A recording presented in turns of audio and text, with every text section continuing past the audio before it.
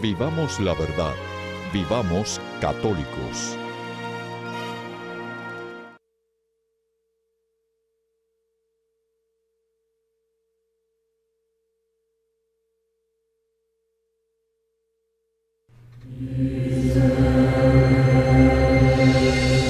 Adorar es reconocer que Dios es Dios.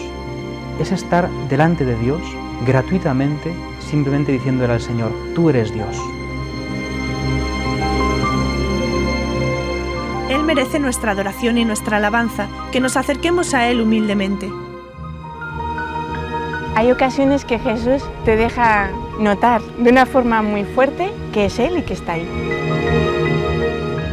Cuando se reconoce la presencia de Cristo entre nosotros, se vive en el gozo inmenso de que Él no nos abandona. Jesús es el lugar del culto, en Él habita la plenitud de la divinidad, Él es el templo.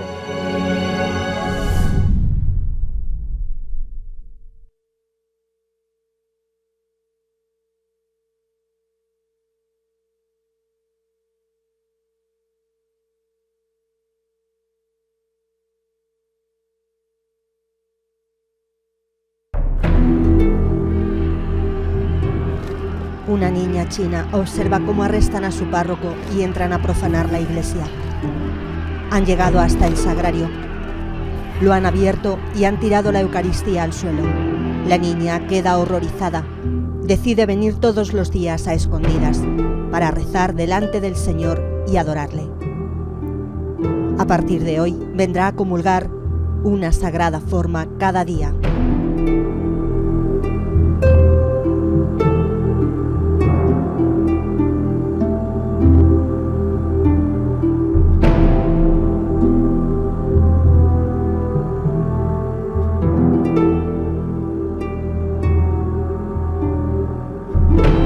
Ya solo quedaba una forma. La niña fue a la iglesia como siempre, reza, adora y como todos los días, comulga.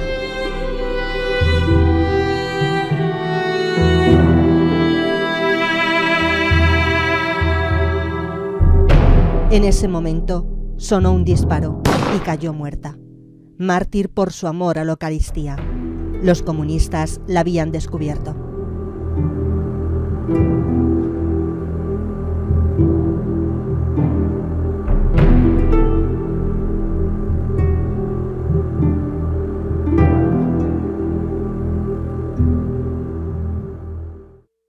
Para los católicos puede ser difícil creer en la Eucaristía, especialmente para mí. A veces me cuesta creer en la Eucaristía.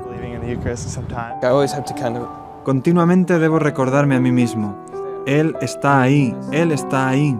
No es simplemente una hostia, sino Cristo.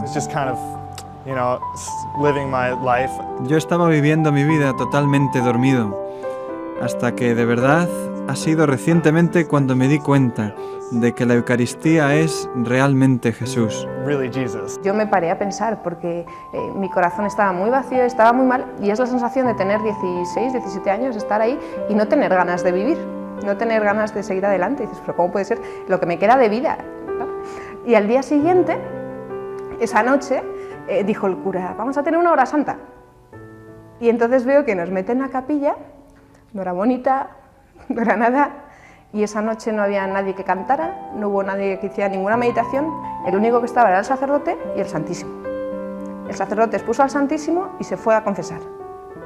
Y nos dejó allí una hora solos, o yo creo que fueron 2 horas, yo no sé cuánto tiempo fue aquello, pero dije, ¿qué hace? Nos deja y se va.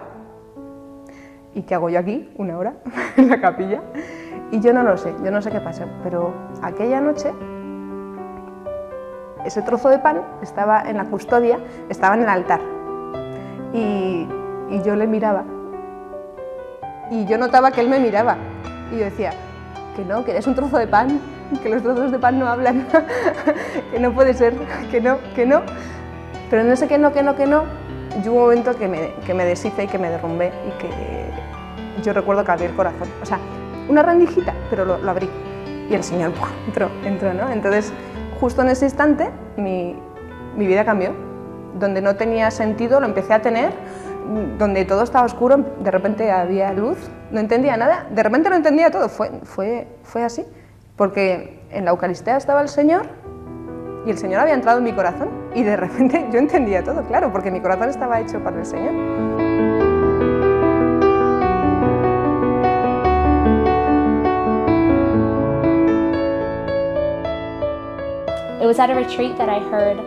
Durante un retiro escuché la llamada a la santidad, cómo tenemos una gran dignidad y que como cristianos tenemos una gran vocación. Estamos llamados a ser santos. Nunca había escuchado eso antes y deseaba vivirlo.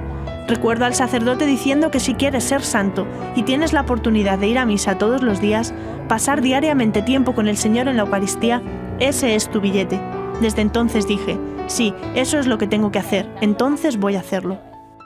Cuando yo voy rezando en mi casa, en el metro, en la calle o en cualquier punto del mundo, es como si yo estuviera hablando por teléfono con el Señor. Entonces, cuando vas hablando por teléfono, puede haber interferencias, se puede cortar, o si ves cualquier otra cosa te distraes con mucha facilidad. Vamos, a todos nos pasa mucho estar hablando por teléfono y decir, perdona, no te estaba escuchando. Luego, cuando estás haciendo adoración, es como cuando estás viendo a un amigo cara a cara. Las personas necesitan la Eucaristía para crecer, necesitan la Eucaristía diariamente. La gente se queda atrapada en las cosas del mundo, especialmente los jóvenes, con los estudios, sus problemas sociales y todas las cosas que suceden durante el día, y necesitan centrarse en la cosa más importante, que es Jesús, nuestro Creador. Necesitamos estar más cerca de Él.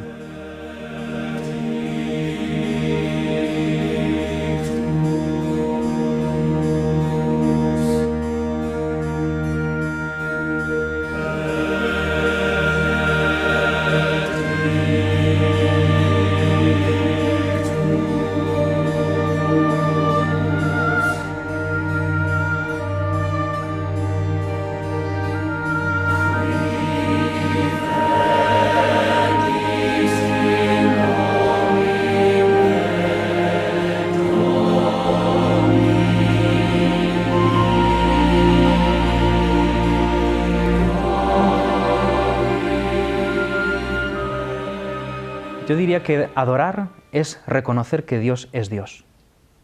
Reconocer que Dios es Dios.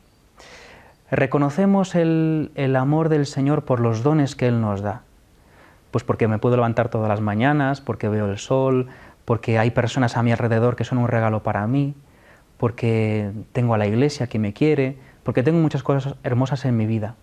Pero el don de los dones, el mayor regalo, en el fondo es Dios mismo. Detrás de cada don está el dador, que es Dios. Entonces, adorar es simplemente estar ahí delante de Dios de una forma gratuita, sin buscar nada, sin buscar ningún beneficio, sin buscar como una productividad. Es estar delante de Dios gratuitamente, simplemente diciéndole al Señor, tú eres Dios, tú eres el Señor de mi vida, y aquí me tienes. Si Dios me ha dado tiempo, me ha dado vida, ¿cómo no le voy a dar yo tiempo a Dios? ¿No? Y luego lo vemos como algo que yo doy a Dios y en realidad la experiencia de todos los que adoran es que Dios se me está dando a mí ahí. La Eucaristía también se podría decir como es Jesús que se está dando, que se entrega. Y cuando vas a contemplarlo, cuando vas a adorar y lo puedes ver expuesto, aprendes a amar. Él está amando y tú aprendes a amar. Santa Rosa de Lima decía, ahí, hablando de la adoración, he aprendido a amar. ¿Y cómo no vas a adorar entonces? Si es que la clave de la vida cristiana, de cualquier vida humana que quiera ser digna, es el amor.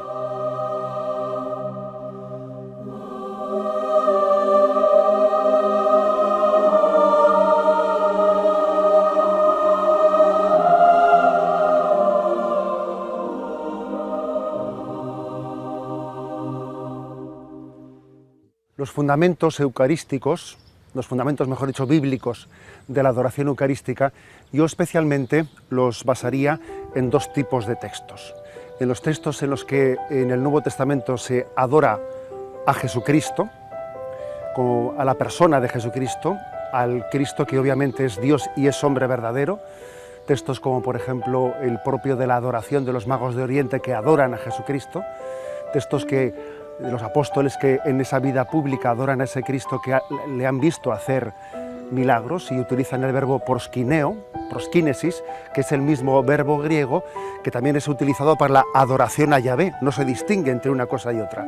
También hay textos referidos al Cristo resucitado, a la ascensión a los cielos, pero también yo haría referencia a otro texto, al texto de Jesús en ese diálogo con la samaritana, en el que le recuerda que llegará un día en el que los verdaderos adoradores adorarán a Cristo, adorarán a Dios, mejor dicho, en espíritu y en verdad. Y cuando el templo de Jerusalén sea destruido, el verdadero templo en el que Dios será adorado es la humanidad de Jesucristo, en la que habita la plenitud de la divinidad. Por lo tanto, es la humanidad de Jesucristo el lugar de la adoración. Y no olvidemos que en la Eucaristía, los católicos veneramos la presencia del cuerpo y la sangre de Cristo. Por lo tanto, yo resumiría, obviamente en la Sagrada Escritura no se habla de una manera específica de la adoración de la Eucaristía, como es lógico, pero sí se ponen todas las bases teológicas para entender que la adoración a Dios es en la humanidad de Jesucristo y no fuera de ella. Y al adorar a Cristo en su humanidad, como lo hacemos en la Eucaristía, estamos adorando al único Dios verdadero.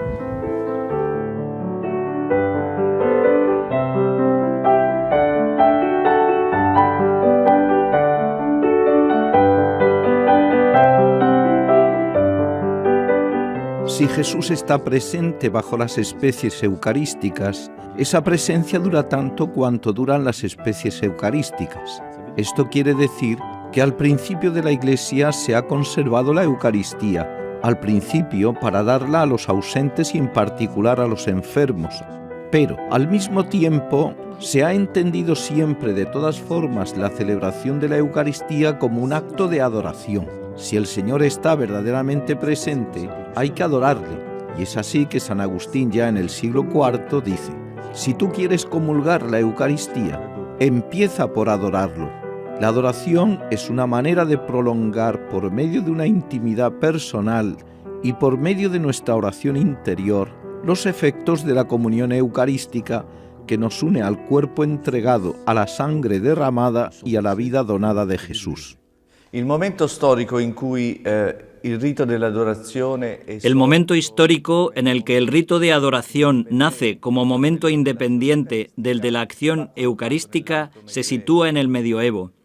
Es antiquísimo y está en los primeros tiempos de la Iglesia la costumbre de conservar la Eucaristía como viático para los enfermos. Pero parece más bien que es a partir del siglo XIII cuando los cristianos han tomado la costumbre de ponerse delante de la Eucaristía en oración. Di fronte a la Eucaristía en preghiera.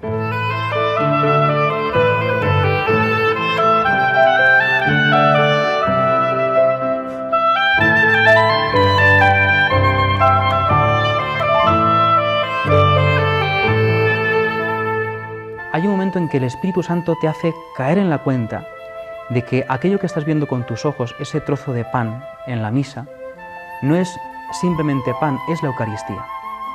Y ahí nace de una forma, yo diría, pues espontánea en la persona, pues uno de los dones del Espíritu Santo, que es el don de piedad. El don de piedad es aquel que nos ayuda pues a tratar a Dios como a un Padre y desarrolla en nosotros sentimientos religiosos, es decir, sentimientos de adoración, de reconocer que Dios es Dios y que yo soy una simple criatura.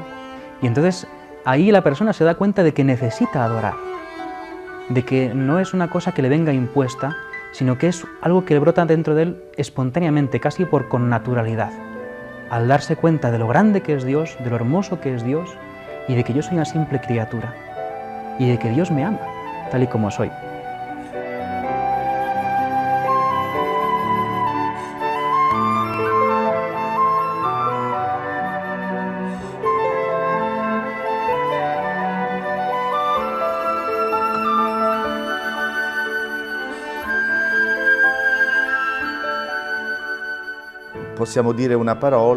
Podemos decir una palabra sobre los factores que han favorecido el nacimiento de un culto eucarístico aparte de la misa.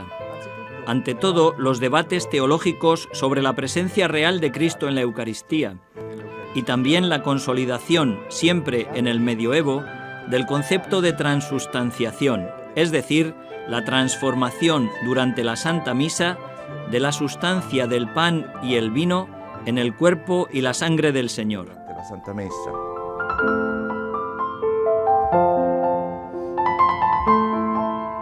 Los numerosos milagros eucarísticos que se concentran en gran parte del medioevo forman parte del desarrollo del culto eucarístico. El más famoso que conocemos es el de Bolsena, pero hay muchísimos en Italia y en el mundo. Il più famoso, quello che conosciamo, è quello di Bolsena, ma sono moltissimi in Italia e nel mondo.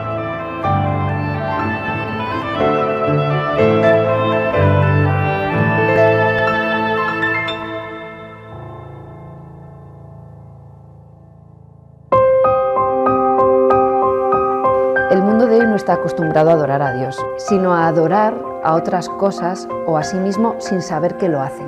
Está acostumbrado a adorar pues, el dinero, la fama o el quedar bien, la imagen muchísimo, el quedar bien delante de la gente.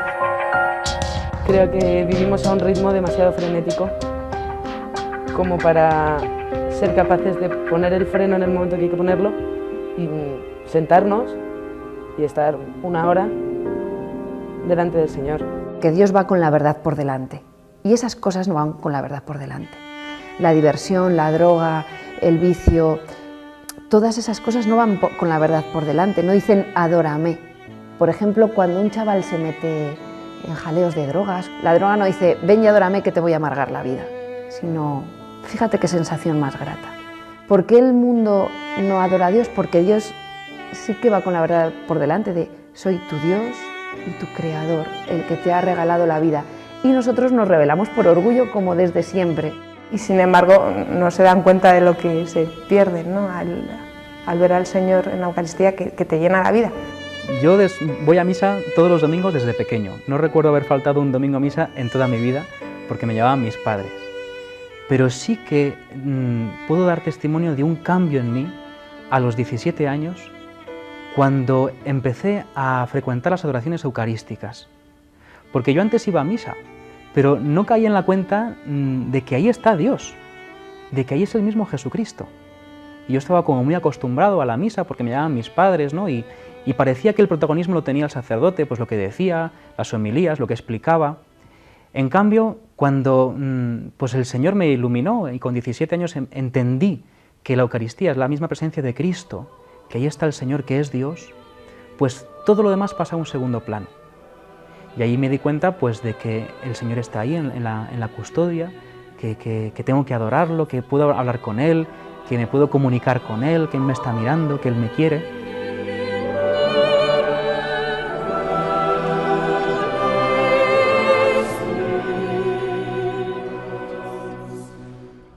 Tuve la gracia de mi anterior diócesis de tener la adoración perpetua instaurada y recuerdo que tenía un turno de adoración de la madrugada del sábado al domingo, ya en altas horas de la madrugada, a unas horas en las que en la noche del sábado se escuchaba el rugir de la fiesta nocturna por los alrededores de esa capilla de adoración y recuerdo los diálogos que mantenía con el Señor diciéndole: Señor, ayúdame a poder llegar a esos jóvenes, ¿qué hago yo para poder llegar a ellos, ¿no? Y también le pedía al Señor: Señor, dales pastores conforme a tu corazón que los necesitan, dales un obispo como ellos se merecen de ti, ¿eh?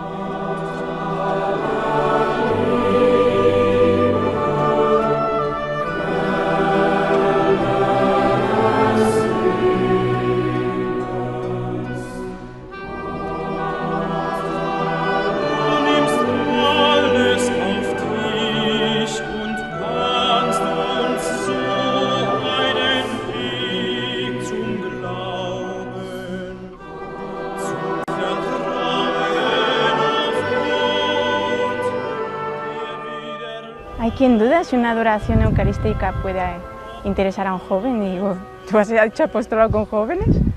Nuestra experiencia viene siendo, hay unas peregrinaciones de multitud de jóvenes donde llegada la noche hay adoración del Santísimo. Y han pasado una experiencia preciosa andando kilómetros y kilómetros con muchos más jóvenes de su edad, con posibilidad de confesarse, hay veladas, hay tiempos de esparcimiento. Cuando tú preguntas, ¿qué es lo que más te ha gustado? Todo es invariable. La hora santa, hermana. Dices, Señor, me callo. O sea, ¿cómo les va a ser indiferente? Si es que quien lo duda es quien no acaba de creer que ahí está el Señor.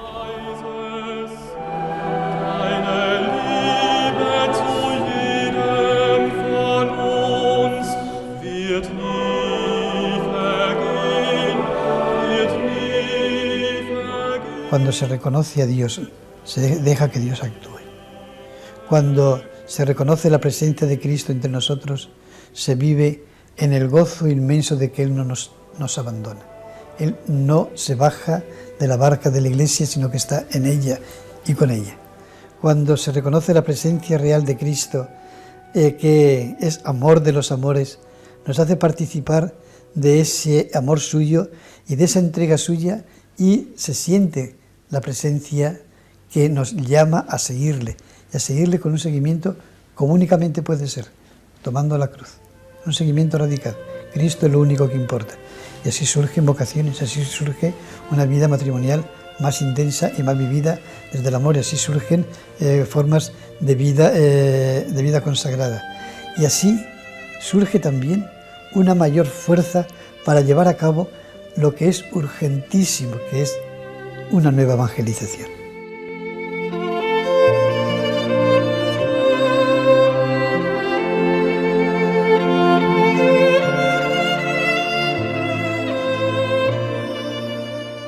Yo he visto personas que, por ejemplo, entraban en una iglesia sin ningún tipo de respeto.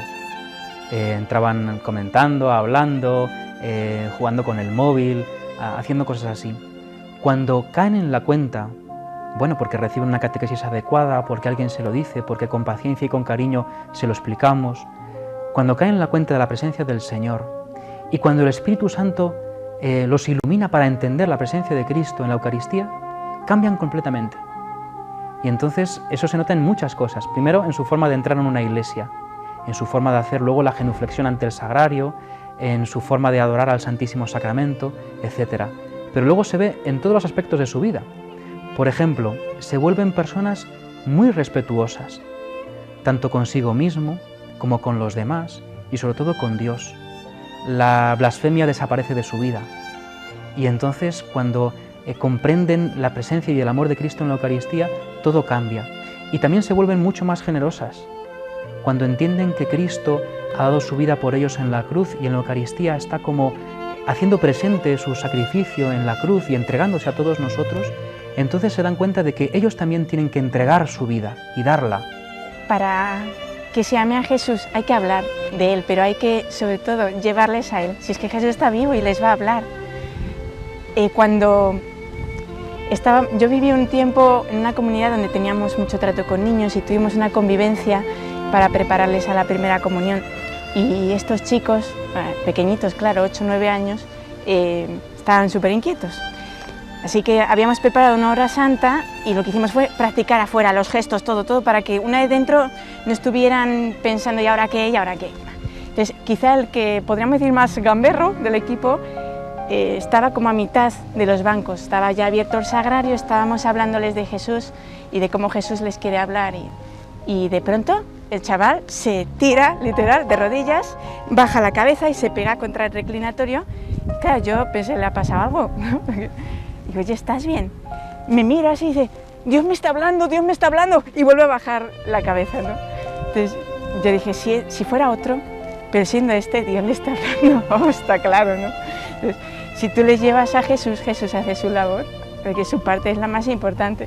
La tuya es animarles a que vayan, que no tengan miedo, que no se van a aburrir. La de Dios es la obra maravillosa que hace dentro. Con enseñar a la gente a adorar el Santísimo Sacramento y a comulgar bien, eso ya es una magnífica pastoral. No habría que hacer nada más. Todo lo demás se daría por añadidura.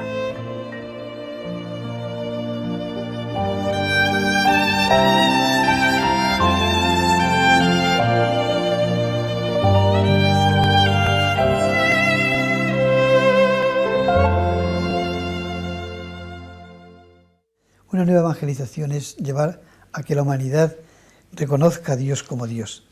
No un Dios cualquiera, sino el Dios que se nos ha revelado en la persona de Jesucristo, en el Verbo encarnado, que ha manifestado la plenitud de esa revelación en la muerte y resurrección que ha acontecido en Él mismo. Y vivir esto se vive en la adoración. Y por eso, de aquello que hemos visto y oído, eso os anunciamos. La fuerza de la nueva evangelización no será posible si no hay adoración. Y eso además significa una cosa que es fundamental, y es que se reconoce que todo viene de Dios, que es el encuentro con Él, que es la comunión con Él. Yo, sin lugar a dudas, necesito de Él, y si no pongo la oración como el centro absoluto de mi vida, entonces todo lo demás va mal. No puedo ver con claridad y no tengo la fortaleza para hacer lo que Dios me pide. Pierdo mi paz. Y también con el apostolado. Es muy importante.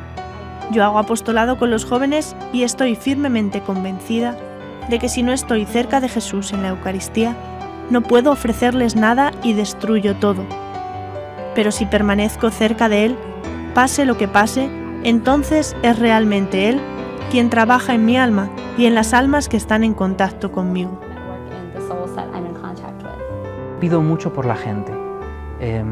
Frecuentemente pues empleo un rato largo a hablarle al Señor de los hombres, de las personas que se me encomiendan, de las personas que tienen problemas. También le pido al Señor por todos aquellos por los que nadie pide, por personas que mueren sin haber recibido los sacramentos o sin haber conocido a Jesucristo. Les pido al Señor por ellos para que los acoja en su reino. Entonces, pues mi oración ante el Santísimo Sacramento pues me da mucha vida y mucha alegría. Es fuente de una satisfacción muy honda. Bien, la adoración en mi vida diaria es, junto con la misa, con la Eucaristía, el punto sobre el que pivota todo mi día. Cuando planeo el día siguiente es a qué misa voy a ir y cuándo voy a rezar, con el Santísimo expuesto, y luego coloco el resto. Si vas delante de Jesús en la Eucaristía, te tomas tiempo para la oración, entonces las cosas suceden. Pero si no rezas, realmente no le estás dando a Dios la oportunidad.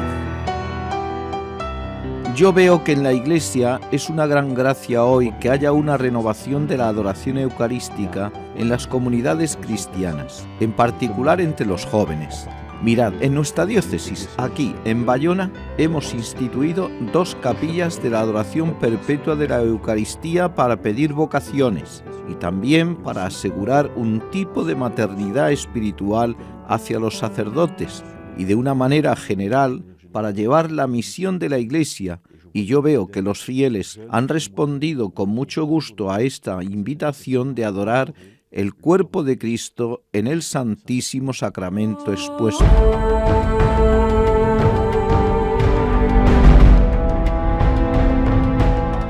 En estos momentos pienso que vivimos a través del gesto de la adoración como una especie de nuevo Pentecostés.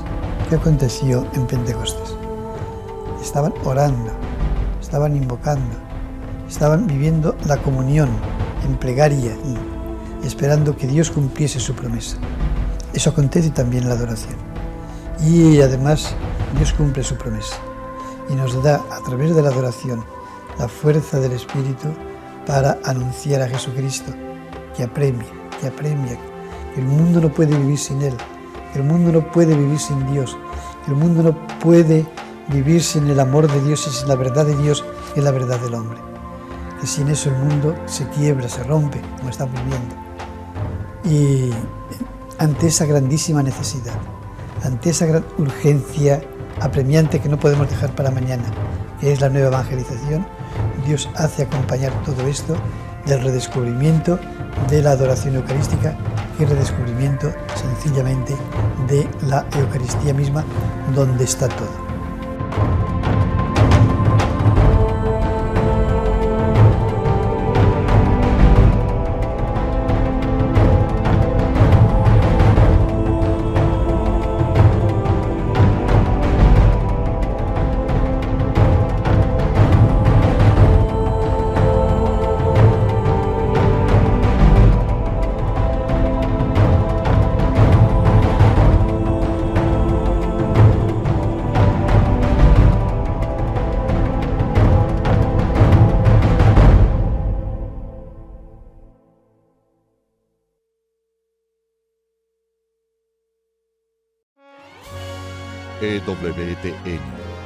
Vivamos la verdad. Vivamos católicos.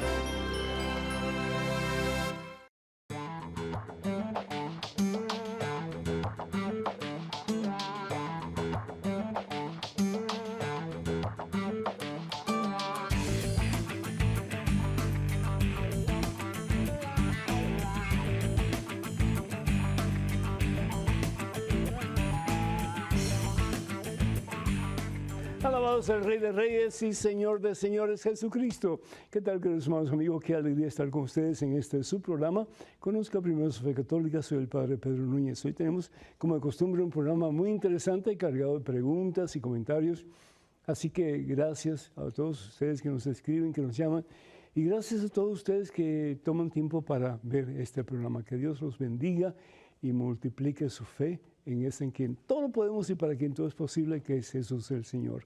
En este momento